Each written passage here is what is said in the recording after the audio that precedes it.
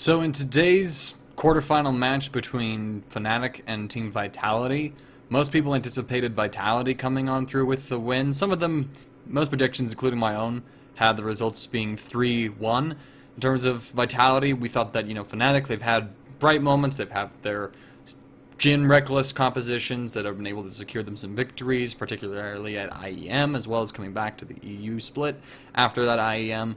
So we thought it was possible for Fnatic to take a game off of Vitality, but overall that Vitality, with how Cowboy Shard's been looking, how well the team's macro play has been, it's been one of the cleanest macro game teams throughout the league.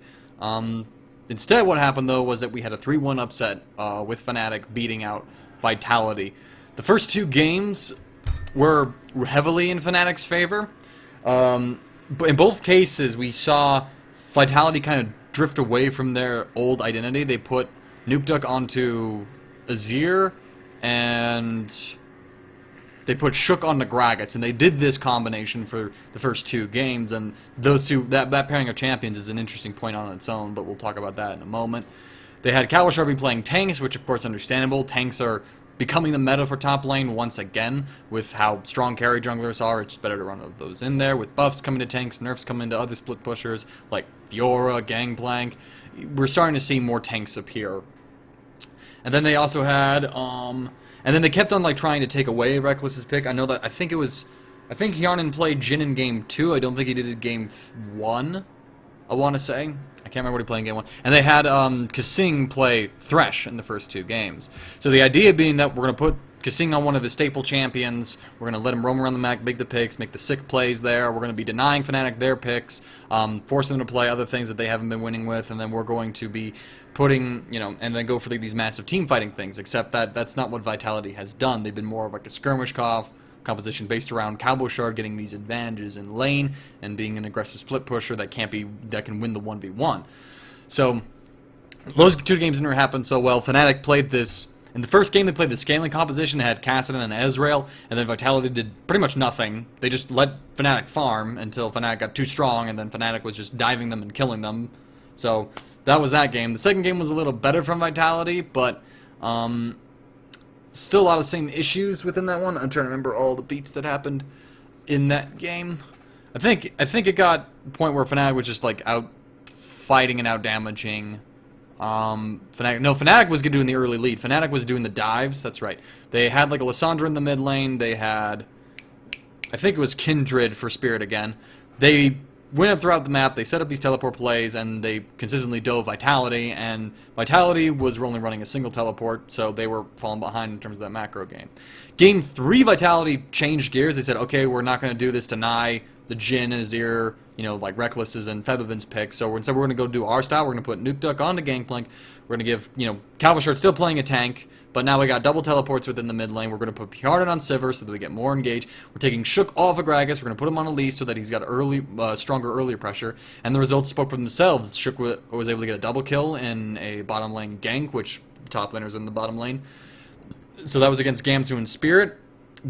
Spirit in this case actually took the Gragas. What's interesting about this series, we might as well explore it, is that the combination of Gragas jungle and Azir mid was played 3 times, and it lost every single time. 2 of those times was by Vitality, and the third time was, and it was game 3, the one game Fnatic lost, was in that combination. Reason for that being is that when you place Azir, if you're playing Gragas to try and counter a Kindred, you don't need both Azir and Gragas. It's better to have just Azir than get an 80 carry jungler, so Graves or Kindred. Get a high damage jungler so that you can use Azir then as your front line, as well as that Kindred counter to push people off the ultimate, and then you can just serve that as a big front line for then your damage dealers to stand behind and fire away with. We don't see a lot of. I don't think we see any. I haven't seen any Gragas jungle now that I think about it. In the LCK, although I will admit that Monte Cristo was pointing out some of these facts on Twitter.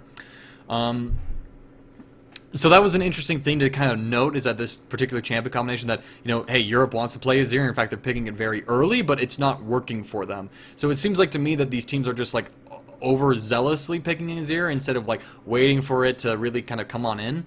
Okay, this is the moment where we can pick Azir. He's good against the champions that they picked. Instead, they're picking it early, so then teams can pick and ban around that. Although it wasn't we saw super hard counters to Azir, like Zed, come on in, things like that. Gotta stop touching my face. I was told that. In Game 2, or Game 3, the one Fnatic lost, the double teleports from Vitality really shook up Fnatic. They started trying to make these plays while these teleports up, and Vitality answered it rather well. But then, come around Game 4, it was actually a much closer game throughout it. Vitality sticking with a very similar composition, although they took Gragas top on Cavalier Shard. Looking back on it, that's a pick I don't agree with, and I was like, okay, well, maybe, we'll see. I think Maokai and Poppy were banned. I think Trundle was as well, so like the top lane champion pool was strained a bit. But in that particular case, I think, who do they have? No, you needed a tank in the top lane, so what other tank options were there? Nautilus was picked away, that's one thing to consider.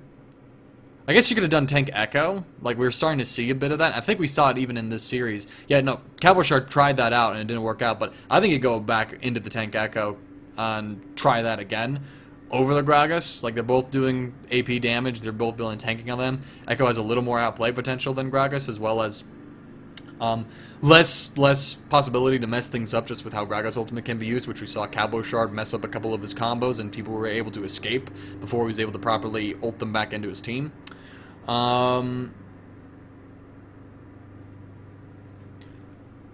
So the team fights kind of got around, and then both teams made really bad Baron calls. They're just like, hey, let's start this at the inappropriate times. Fnatic was able to force Vitality off of it, like get a pick. They tried to start it then, and then Vitality just recalled. They had double teleport. Again, Fnatic not respecting that part of it. So we just got to see some elements of what Fnatic struggle against, which in particularly is double teleport. And then Vitality barely got some picks, but they were very squishy. They overchased, and Febiven just showed up. Febiven was MVP Game 4 on his Lissandra, just getting in the back line and his ultimates wrecking kids. It was a strong performance from Febiven. I think he was MVP Game 4. I had to look back and see who was MVP in the first couple of games. I wasn't thinking about MVP awards at the time. So it's a bit of a shock upset, really, because again, we had Vitality being the third place team overall. They, were able to compete with HJK in G2. Fnatic at the 6th place seed, but for whatever reason, the Fnatic brand just turns up in playoffs. We get to really attribute that to the support staff, I think, as well as like some of the players. Febiven, Reckless, well, definitely Febiven, in this particular case. So it had this match has some interesting implications for how the future. Excuse me, I'm making my table wobble, of the European playoffs, because we've seen Gragas and Azir lose all the games that's been played so far, and it's not like those players are bad. Febiven is a really strong Azir player. He was a champion that he was very proficient on back in Season 5, so it doesn't make sense for him to lose on it. I'm not so sure about Mangaka and his Azir. Don't know how to judge that. But, Gragas lost every single game. I think that there is going to be some decreased prioritization over that. Honestly, I think people were way too hypey when Gragas was first buffed to be like, oh, he's coming right back on in, because we've seen time and time again that some teams, when they deviate from like these carry junglers, that they just can get their heads butted in because Gragas can't keep up in terms of early pressure with Elise, Graves, Kindred, and Italy. So he's like there in case that there's nothing else to play, really. That's sort of how I see Gragas. Although even then, again, I think Lee Sin would be better picked than Gragas. So it'll be interesting to see if teams will like back away from picking Gragas, even over in NA, if they watch those games, kind of just like, okay, what sort of meta things are we waiting for? Things like that. Overall, I think the results today were a result of Vitality underperforming and Fnatic overperforming, based on like the last conditions in which we've seen the team, as well as expectations set in terms of the regular season playoffs. Vitality, again, they tried like this very weird, like they tried this like we're going to deny Fnatic's picks, we're going to take Febiven's Azir, we're going to take Reckless's Jhin, and those weren't working. And then once Vitality switched to just playing champions that they were good on, Nuktuk's Gangplank, for example, Hjarn and Sivir, then, it was a much better series. It was the games were much closer and even favoring Vitality for most of the time that we saw them. So I think that Vitality, like, they just kind of like had this idea of what they could do, and then they stuck with this instead of stuck with this approach, their initial approach, for too long, instead of just playing what they knew or that they knew that they'd do well on, rather. Not to say that they didn't know how to play those compositions, although sometimes with some decisions they made, it kind of felt like that.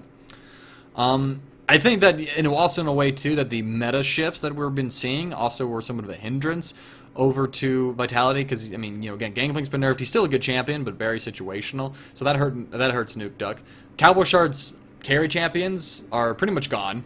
He can't really play any sort of high damage carry threat anymore that he's been really good on. He's been assigned to a tank role, which he did pretty well on, actually. I think his India performance was pretty much okay within the series, but Kasing was also largely unimpressive throughout like all of this final. His Thresh in the first 2 games was pretty bad.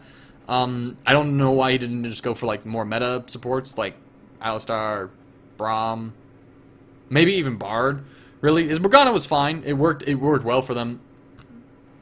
In game 3, I'm trying to remember what champion that he went to in game 4. It doesn't really matter. Kasing was just overall very underwhelming in this series, unfortunately, and so it kind of felt like that a bunch of the Vitality's players underperformed within this set from what we've seen before. And I think that the deviation from their identity, both in terms of like the strategy that they had prepped for Fnatic, the denial strategy, as well as how the meta shifts have affected them, is the catalyst of what which brought their downfall about. So, I mean, GG well played to Fnatic. Featherman was a total monster in that set. These are just my thoughts on the series as a whole. So, thank you guys for checking out this video. I should have one on Cloud9 and TSM done a little later tonight.